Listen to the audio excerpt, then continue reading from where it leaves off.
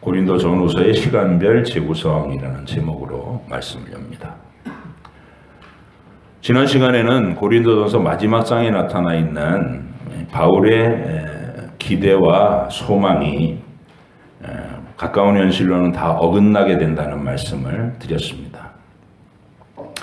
바울은 고린도 교회가 자신의 고린도전서라는 편지를 받고 그동안 있었던 모든 갈등과 문제들을 해결하고 새롭게 될 것을 기대했고, 또 그들의 협조와 후원을 받아서 다른 선교지로 향하고 싶다는 계획을 밝혔었습니다.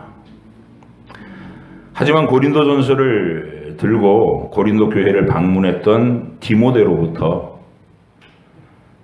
교회의 분위기가 오히려 더 악화되고 있다는 보고를 받고 맙니다. 편지를 그렇게 간곡하게 써서 보냈는데도 오늘은 고린도 교회에서 일어났던 그 일련의 사건들을 시간 순서대로 살펴보면서 이 땅에서 교회와 성도들이 직면하게 되는 치열한 영적인 공격들과 그 싸움에서 승리하는 비결들, 원리들을 함께 살펴보기를 원합니다. 고린도 교회는 유별난 교회가 아니라 현실의 교회에 얼마든지 일어날 수 있는 가장 보통 평범한 교회의 모습이기 때문에 그렇습니다. 그런데 저는 그 말씀을 드리기에 앞서서 한 가지 여러분과 함께 생각해 보고자 하는 주제가 하나 더 있습니다. 오늘 말씀과도 연관이 있고요. 하나님께서 예수님을 통해서 이 세상에 심어 놓으신 이 하나님 나라의 출장소인 이 교회, 이 교회는 오직 철저한 자기 부정과 누군가의 사랑의 희생을 통해서만 세워지고 발전할 수 있다는 점입니다. 예수님께서 부활 승천하시고 성령님께서 이 땅의 교회를 시작하게 하신 이래로 하나님의 나라는 이 땅에서 활발한 활동을 시작했습니다. 구약시대에 예언했던 대로 인류의 종말에 나타날 가장 복된 시기인 거예요. 온 세상 만민이 구원받을 수 있는 구원의 때. 그러나 우리 주님의 생애와 사역이 오직 십자가라는 방식으로 펼쳐졌고 승리하셨듯이 누군가의 철저한 자기 부정과 아버지 하나님 뜻에 죽기까지 복종하는 사랑과 희생이 없이는 교회는 든든히 세워질 수 없다고 하는 것입니다. 이 원리를 잘 알고 우리의 신앙생활을 해나갈 수 있기를 간절히 바랍니다. 신약 성경을 면밀하게 읽어보면 하나님께서는 바울에게 언제나 험난한 고통을 겪게 하셨고 그가 간절히 원하는 것들을 오래도록 좌절시키면서 기다리게 하시고 그렇게 힘들게 그 길을 이끌으셨어요. 바울이 당한 그 실패와 고통이 그에게는 힘든 일이었지만 놀랍게도 우리에게는 말할 수 없이 큰 하늘의 보배를 제공했다는 사실을 여러분이 꼭 발견할 수 있어야 합니다. 바울은 2000년 전 당시 온 세상을 지배하는 제국의 심장부 그 로마로 가서 그곳에서 복음을 전하고 싶다는 간절한 소원을 처음부터 품었어요. 선교의 초기 단계부터 간절히 가지고 있었죠. 그런데 그의 로마를 향한 그 소원이 그렇게 간절하고 선한 소원이었음에도 불구하고 웬일인지 도무지 길이 열리지 않고 하나님이 자꾸 막으시는 거예요. 바울은 수많은 좌절과 기다림 속에서 결국 빠른 시간 안에는 로마로 갈 수 없다는 상황 판단을 하게 됩니다. 그래서 자신의 간절함을 담아서 로마서라고 하는 서신을 먼저 기록하는 거예요. 가기 전에. 갈 수 없으니까. 바울이 계획대로 순조롭게 로마에 도착해서 설교 사역을 할 수 있었다면 로마서는 아마도 다른 서신들과 마찬가지로 교회의 현실적인 문제들의 답을 내려주기 위한 짤막한 서신에 그쳤을 가능성이 큽니다. 하지만 하나님은 바울의 가슴 속에 로마에 가서 가르치고 싶었던 그 복음의 핵심 진리들을 가지 못하는 안타까운 그 간절한 애정까지 듬뿍 실어서 말 그대로 논리정연하고 웅장한 기독교 진리의 전체 체계를 편지로 작성하게 되었습니다. 그래서 2000년 교회 역사에서 모든 시대의 성도들은 이 로마서를 통하여 엄청난 영적인 부요함을 누리게 된 것입니다. 바울은 힘들었지만 바울의 실패와 좌절이 후대의 모든 하나님 나라의 백성들에게는 가장 요긴한 믿음의 교과서를 가지도록 만들어 주었다 그 말입니다. 하나님의 계획이에요. 마찬가지로 고린도 교회의 문제가 바울의 기대대로 쉽게 해결되지 못하고 바울이 죽을 것 같은 고민과 염려로 그 긴 시간 동안 고통당한 결과로 우리는 고린도 전서와 후서라고 하는 탁월한 교회 현실 지침서를 또 가지게 된 것입니다. 이 땅에서 시험에 들고 죄에 빠지고 분쟁과 갈등에 상처 입고 나는 모든 현실의 교회들에게 고린도 전후서는 그런 혼란한 소용돌이 속에서도 결코 낙심하지 않고 교회를 지켜낼 수 있는 것이 과연 무엇인지를 우리에게 알게 해주는 서신입니다. 하나님은 이처럼 하나님 나라에서 영원히 기념될 만한 가치가 있고 아름다운 것들은 반드시 누군가의 희생의 토대 위에서만 열매 맺도록 하셨습니다. 사도 바울은 이것이 바로 천국의 비밀이라는 것을 깨달아 합니다. 왜냐하면 하나님의 아들이신 우리 주님의 삶 자체가 바로 그 희생의 길인 십자가의 원리라는 걸 정확하게 읽었기 때문입니다. 그래서 그는 자신이 복음과 하나님 나라를 위해서 당하는 혹독한 고생들을 결코 억울해하거나 부끄러워하지 않았습니다. 주눅들지도 않았습니다.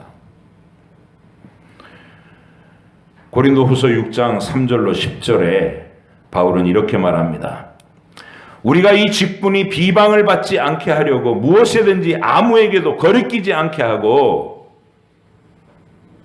잘못하는 일이 없이 다 선한 일을 열심히 했다는 거예요. 복음이 걸림돌이 되지 않도록 오직 모든 일에 하나님의 일꾼으로 자천하여 많이 견디는 것과 환난과 궁핍과 고난과 매맞음과 갇힘과 난동과 수고로움과 자지 못함과 먹지 못함 가운데서도 깨끗함과 지식과 오래 참음과 자비함과 성령의 감화와 거짓이 없는 사랑과 진리의 말씀과 하나님의 능력으로 의의 무기를 좌우에 가지고 영광과 욕됨으로 그러했으며 악한 이름과 아름다운 이름으로 그러했느니라. 우리는 속이는 자 같으나 참되고 무명한 자 같으나 유명한 자요 죽은 자 같으나 보라 우리가 살아있고 징계를 받는 자 같으나 죽임을 당하지 아니하고 근심하는 자 같으나 항상 기뻐하고 가난한 자 같으나 많은 사람을 부요하게 하고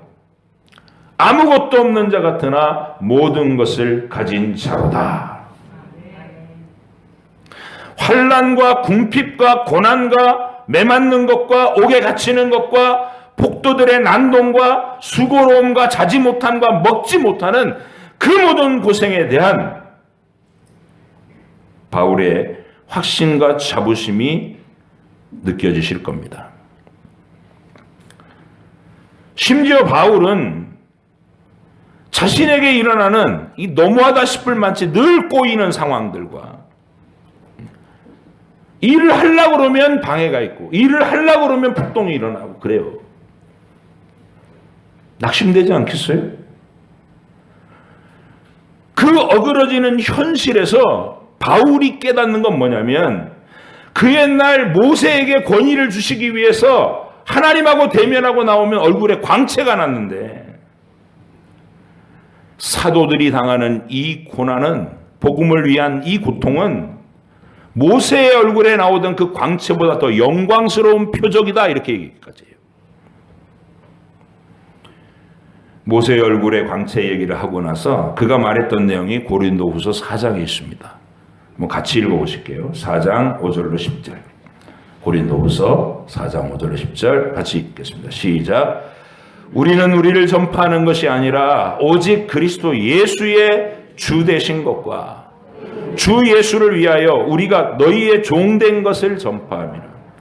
어두운 데 빛이 비치라 말씀하셨던 그 하나님께서 예수 그리스도의 얼굴에 있는 하나님의 영광을 아는 빛을 우리 마음에 비추셨느니라.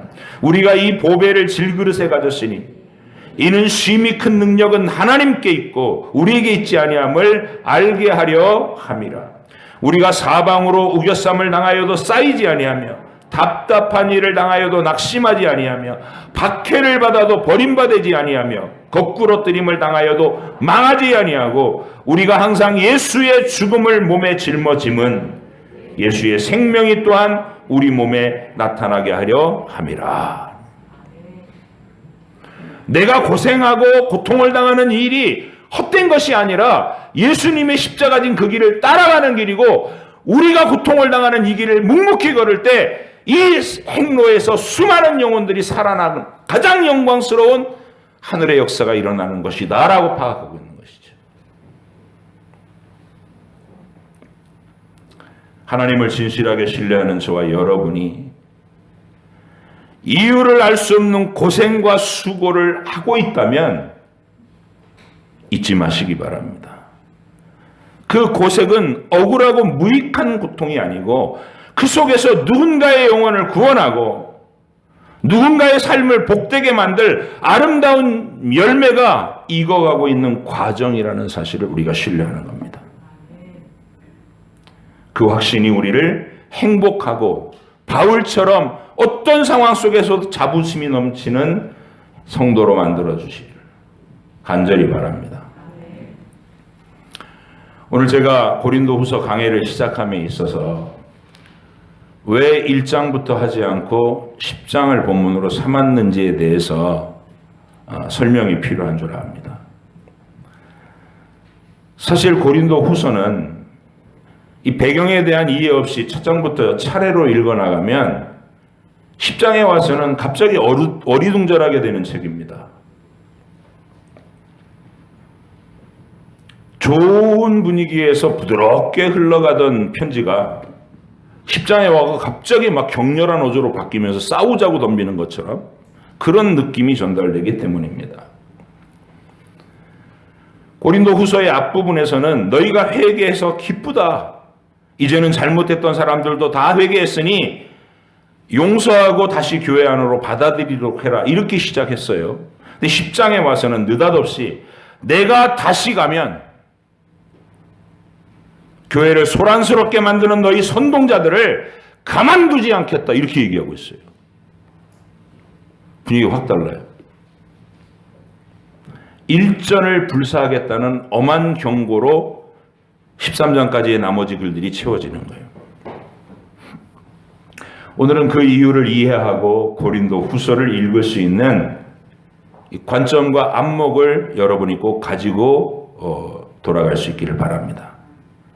그런 안목을 얻기 위해서는 우리가 고린도 교회와 바울 사이에 이 수년 동안 몇 년간에 걸쳐서 벌어지는 일련의 사건들을 시간순으로 이해할 필요가 있습니다. 사도행전을 도움을 받고 또 고린도 전후서의 직접적인 고백도 있고 다른 서신에서 얘기하는 내용들도 이렇게 종합해서 순서별로 이해할 필요가 있어요. 인터넷에 요약이 잘 된 자료가 있어서 여러분과 함께 보면서 제가 말씀을 나누고자 합니다. 제목이 이렇습니다. 바울과 고린도 교회가 서로 주고받은 서신들과 바울의 방문. 예. 첫 번째, 바울의 첫 번째 고린도 방문이라고 되어 있어요. AD 51년에서 52년 사이에 추정합니다. 바울은 2차 전도 여행 행로에서 고린도에서 1년 6개월간 머물면서 고린도 교회를 설립해서 이게 첫 번째 방문이에요. 가서 선교하고 교회 개척한 거. 사도행전 18장 1절로 8절에 있는 이야기입니다. 자, 두 번째입니다. 그랬던 바울이 이제 고린도 교회에서 떠나와서 다른 사역지로 가서 첫 번째 보낸 서신이 있습니다. 이 서신은 근데 현재 우리한테 남아있지 않아요. 분실됐다라는 말은 남아있지 않다는 얘기입니다. 고린도전서 5장 9절에 전서 5장 9절에 이런 말이 있어요. 내가 너희에게 쓴 편지에, 그럼 고린도 전서보다 미리 먼저 쓴 편지가 있다는 얘기죠. 음행하는 자들을 사귀지 말라고 하였거니와, 이렇게 거론하는 먼저 쓴 편지, 너희에게 쓴 편지, 이 첫 번째 편지입니다. 그러니까 고린도 전서가 처음 편지가 아니라는 얘기죠. 성적으로 부도덕한 자들과 우상숭배자들의 교제를 경고했던 거예요. 근데 그들은 이 서신을 잘 이해하지 못하고 과도하게 이해했거나 무시했거나 그랬다는 겁니다. 세 번째, 그리고 이제 그 첫 번째 편지가 가고 오고 간 다음에 고린도 교회가 사도 바울에게 보낸 편지도 있어요. 일종의 답신인 거죠. 거기에서 이런 문제들을 질문을 합니다. 결혼과 이혼의 문제가 심각합니다. 설명해 주세요. 우상 제물을 먹어야 되는지 말아야 되는지 심각합니다. 설명해 주세요. 신령한 은사를 받았다고 막 교회 안에서 주장하는 사람들이 예배를 이렇게 진행을 못되게 합니다. 이런 얘기. 이 질문에 대해서 바울은 고린도 전서를 통해 무엇에 대하여는 이라는 형식으로 답변을 해줍니다. 7장 1절에 너희의 쓴 문제에 대하여는, 그다음에 처녀를 결혼시켜야 될지 말아야 될, 처녀 딸을 결혼시켜야 될지 말아야 될지에 대해서는, 8장에 가서 우상의 제물을 먹는 일에 대하여는, 12장 1절 신령한 것에 대하여는 은사에 대해서, 또 16장에 가서는 성도를 위하는 연보에 관하여는 이런 방식으로 대답을 해줘요. 고린도 교회가 편지로 질문해온 것들의 답을 고린도 전서를 통해서 한 겁니다. 그리고 이 편지와 더불어 바울이 고린도 교회에서 바울을 찾아온 방문자를 만납니다. 글로의 집 사람들이다, 이렇게 이름이.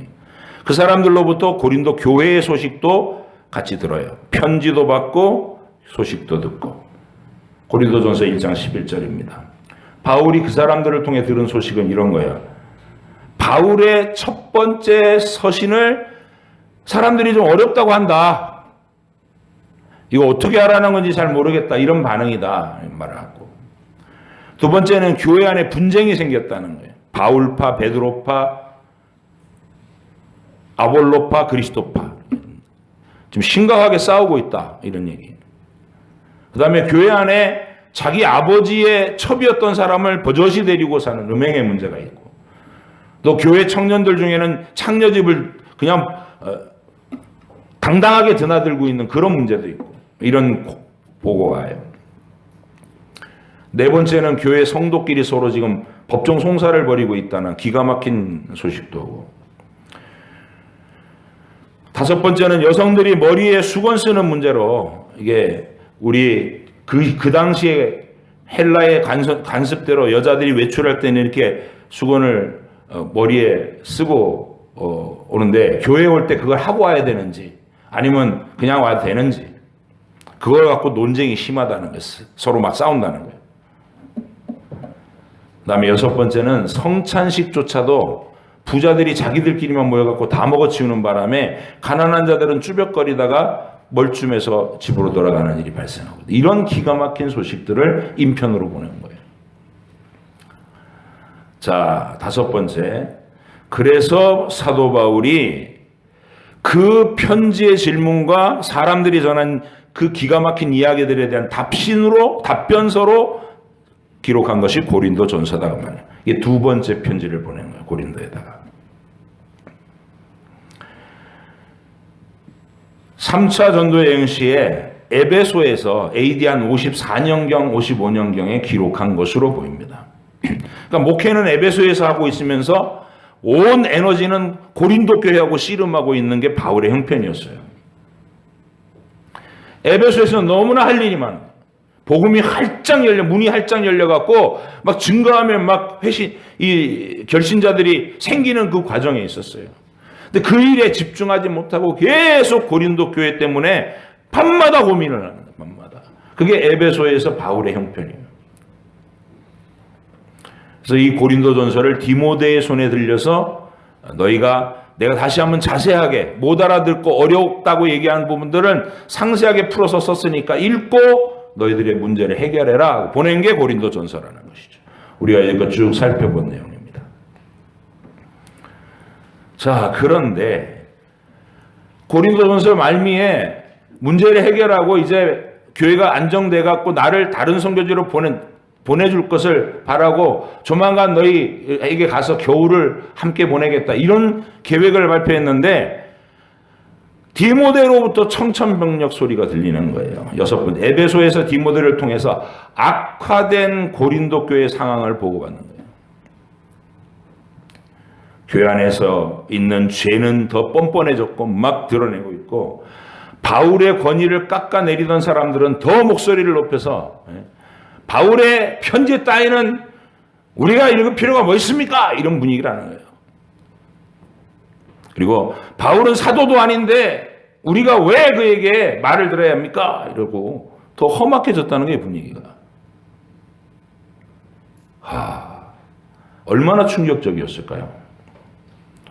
그래서 바울은 참다 못해서 자기가 급히 달려갑니다.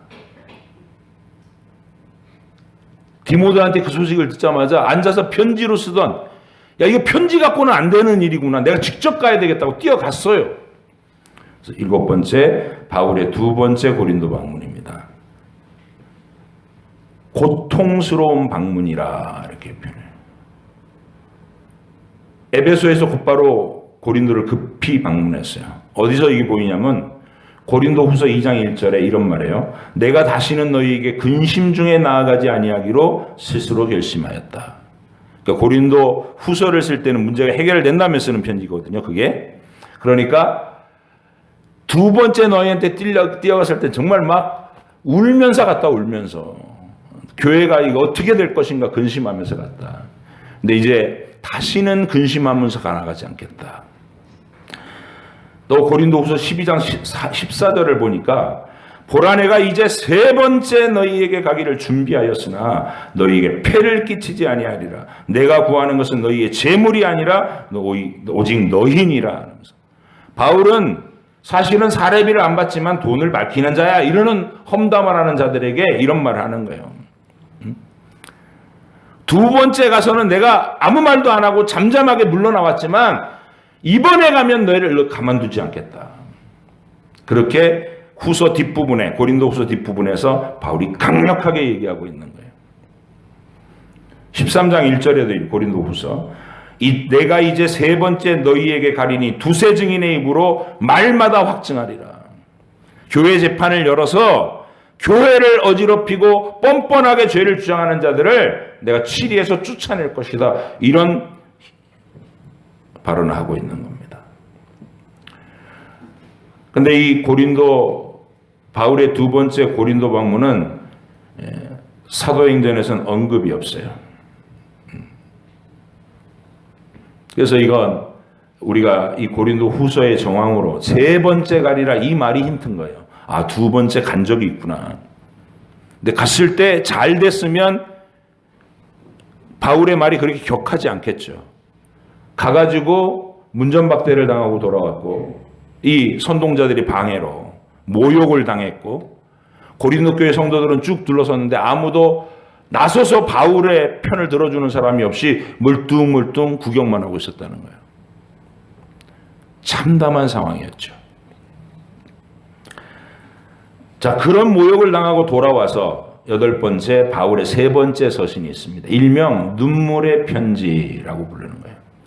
많은 사람들이 이 편지는 없어졌다 이렇게 생각해요. 그래서 제가 가로에다가 물음표인데 이 편지는 없어진 게 아니라 오늘 본문으로 삼았던 고린도후서 10장과 13장 이 부분이 바로 바울이 눈물로 쓴 편지의 부분이다라고 생각하는 학자들도 많이 있습니다. 이 편지에는 바울이 그렇게 심한 모욕을 당했음에도 불구하고 여전히 고린도 교회 성도들을 향한 안타까운 목자의 심정이 잘 표현되어 있어요. 고린도후서 2장 4절에 이렇게 말합니다. 내가 마음에 큰 눌림과 걱정이 있어 많은 눈물로 너희에게 썼노니 이는 너희로 근심하게 하려 하는 것이 아니요 오직 내가 너희를 향하여 넘치는 사랑이 있음을 너희로 알게 하려 함이라. 부모가 자녀를 훈육하고 때릴 때 이런 말 하죠. 내 가슴이 더 아파. 사랑해서 때리는 거다. 다시는 반복하지 말라고 너에게 징계하는 거다. 이러면서 울면서 때리잖아요. 바울이 그렇게 얘기하는 거예요. 자, 이제 10번째 바울의 4번째 서신입니다. 그게 우리가 말하는 고린도 후서 앞부분입니다. 1장에서 9장까지. AD 55년 마게도냐에서 디도가 그 눈물의 편지를 들고 바울의 최후 통첩 편지를 들고 갔던 이번에는 디도가 갔는데 그 디도가 소식을 가지고 왔어요. 드디어 회개했습니다. 드디어 침묵하고 있던 고린도 성도들이 나섰습니다. 교회를 휘젓던 악한 자들을 쫓아냈고 징계해서 이제 해결했습니다. 음행을 행하던 그 사람도 쫓아냈습니다. 문제가 해결됐습니다. 이 소식을 갖고 온 거예요. 그때 디모데는 마게도냐에서 바울과 함께 있었죠. 자, 이 편지에서 바울은 디도 편으로 보낸 그 엄하고 슬픈 눈물의 편지가 상당히 효과가 있었다는 소식에 안도감과 기쁨을 표현합니다. 징계를 받고 회개한 성도들을 용서하고 받아들이라고 당부합니다. 그리고 예루살렘 교회를 위한 헌금을 준비하도록 당부하는 것. 이런 내용으로 구성되어 있어요. 분위기가 좋은 거예요. 고린도후서 1장부터 9장까지 내용입니다. 그리고 고린도전서 마지막 부분에서 피력했던 바울의 바람대로 드디어 고린도 교회에 평화롭게 방문했던 3번째 방문이 있습니다. 문제가 해결되고 인정받고 환영받으면서 들어갔던 거예요. AD 55년, 56년 3차 전도 여행 시에 에베소에서 배 타고 마게도냐로 건너가서 그 지역을 다니면서 제자들을 각 교회를 돌아보고 헬라 이 고린도에도 이르러서 3달 동안 머물렀다. 이건 사도행전 20장에 기록되어 있어요. 사도 바울은 고린도 문제가 해결된 상황에서 편안하게 3개월간 머물면서 거기서 로마서를 집필을 합니다. 이게 고린도 교회 스토리예요. 도대체 이게 몇 년 동안입니까? AD 51년경에 고린도 교회가 설립됐고 곧바로 문제가 발생했고 해결된 것이 55년경입니다. 장장 5년여를 바울이 그렇게 마음고생을 하면서 멸시와 모욕을 견뎌냈던 과정이 있었던 이 사건입니다. 저는 사람들이 사라졌다고 보는 이 눈물의 편지가 사라진 것이 아니고 우리가 오늘 읽은 본문 이 고린도후서 10장부터 13장 부분이라고 확신하는 사람 중에 하나입니다. 많은 사람들이 이 부분을 고린도후서 1장로 9장보다 먼저 보냈던 그 사도 바울의 최종 경고가 담긴 편지라는 것을 인정 못하는 이유는 단순해요. 이게 오랜 기간 동안 학계의 정설이 아니라는 거. 고정관념 때문에 그렇습니다. 그러나 그런 고정관념을 지켜나가느라고 고린도 후서를 하나의 편지라고 자꾸 고집하고 읽으면 성경 읽는 여러분 독자들에게 혼란스러움을 느끼게 해요. 읽어보세요. 한번 고린도후서 쭉 읽어가다가 갑자기 10장에 들어가면 이게 왜 이러지? 갑자기 분위기가 왜 이렇게 되지? 맥락을 놓쳐버리게 돼요. 그래서 고린도후서 1장부터 9장까지 보다 10장부터 13장이 먼저 보내진 편지구나. 바울이 모욕을 당하고 와서 고린도 교회를 걱정하며 모욕 때문에 분한 게 아니라 고린도 교회가 잘못될까 봐 날마다 울며 몸부림치며 쓴 편지. 그리고 결심을 한 편지. 내가 한 번 더 가면 너희들에게서 지난번과 같이 그렇게 조용히 물러나오진 않겠다. 교회가 이대로 너희들 손아귀에 넘어가도록 만들진 않겠다. 이런 결연한 의지를 기록한 내용. 그게 고린도후서 10장과 13장입니다.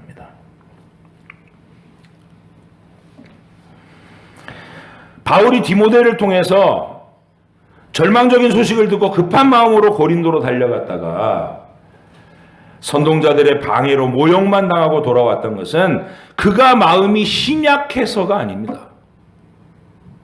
바울은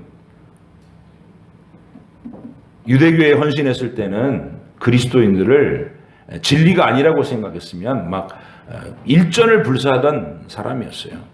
핍박하고 죽이기까지 하던 사람입니다. 그의 성정은 불같은 성정이에요. 근데 왜 아무 말도 못하고 잠잠히 물러나왔을까요? 거기서 바울이 한번 해보겠다는 거냐 이러고 대적자들하고 한판 떴으면 상처받을 것은 고린도 교회 평범한 모든 성도들입니다. 그 성도들을 상처받고 넘어지지 않게 하기 위해서 그 모욕을 당하면서도 묵묵히 돌아왔던 거예요. 힘이 없어서가 아니라. 정면 충돌을 성도들이 상처받을까 봐 정면 충돌을 피하고 돌아왔던 것뿐입니다. 그런데 악한 자들은 그런 바울의 모습을 보고는 고린도 교회 성도들한테 더욱 기세등등해서 바울을 폄하하는 이유로 삼았어요. 허봐라. 정작 얼굴을 대하면 말도 못하지. 편지는 이렇게 대단히 잘난 척 하고서 편지를 쓰는데 그 말도 알아듣기도 어렵고. 근데 직접 대하면 말도 제대로 못하고 디디디 한다 저 사람은.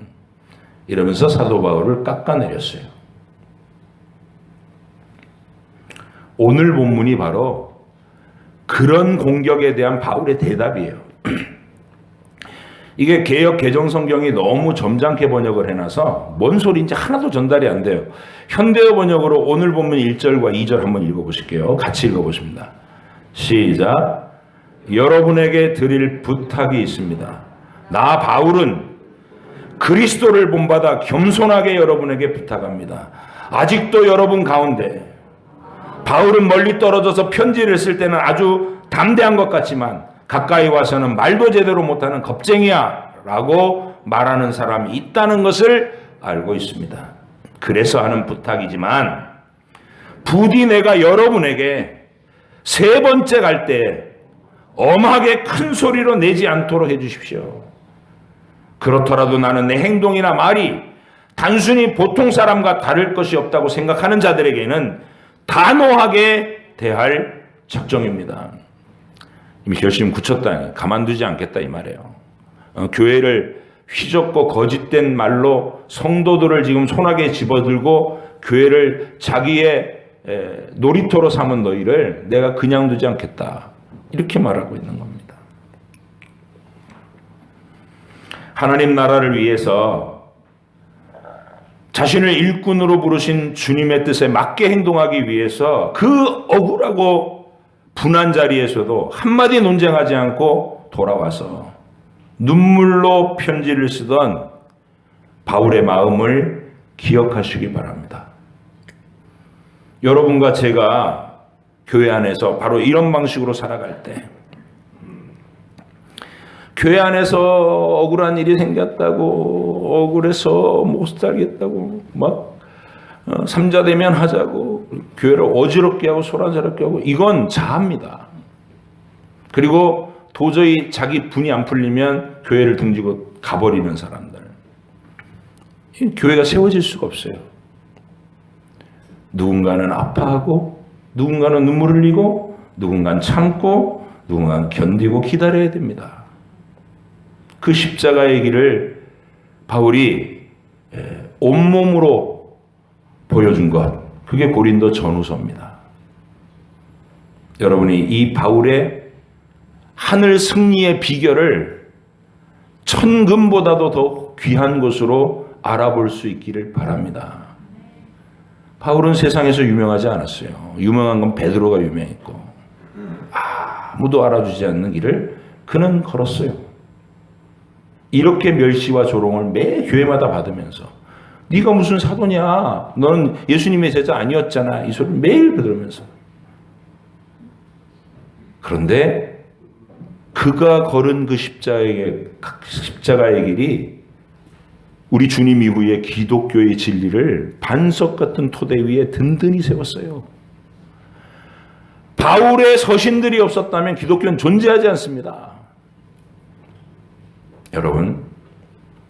여러분이 하늘나라 방식으로 승리하고 싶습니까? 그건 힘을 자랑하는 게 아니고 언변을 자랑하는 게 아니고 돈의 위력을 자랑하는 게 아닙니다. 누가 자아를 죽이고 묵묵히 모욕을 당하면서 하나님께 겸손한 호소의 눈물을 흘릴 수 있는 사람인가? 그게 교회를 든든하게 만드는, 교회를 승리하게 만드는 영적인 비결이라는 사실을 꼭 기억하시고 이렇게 소원하시되, 하나님 그겁니다. 제가 그걸 갖게 해주십시오. 돈이 많은 것보다, 지위가 높은 것보다, 사람들한테 인기와 명예를 얻는 것보다 내가 이 원리를 붙잡기를 원합니다. 할 수 있게 해주십시오. 여러분 잘 못하잖아요. 우리 내가 모욕당하는 현실에서 그거 참는 게 쉬워요? 치가 떨리고 막 불이 나서 부르르 온몸이 사시나무 떨리는데 우리입니다. 근데 사모하셔야 돼. 하나님 이겁니다. 내가 원하는 비결, 주의 십자가의 원리 아래 붙잡혀서 걸어가는 길, 주님이 걸었고 사도 바울이 그대로 따라갔던 길, 나도 이렇게 살기를 원합니다. 그렇게 소원하고 기도하는 사람이 점점 더 많아지는 서부중앙교회가 되기를, 대한민국의 교회가 되기를 간절히 바랍니다. 기도하겠습니다.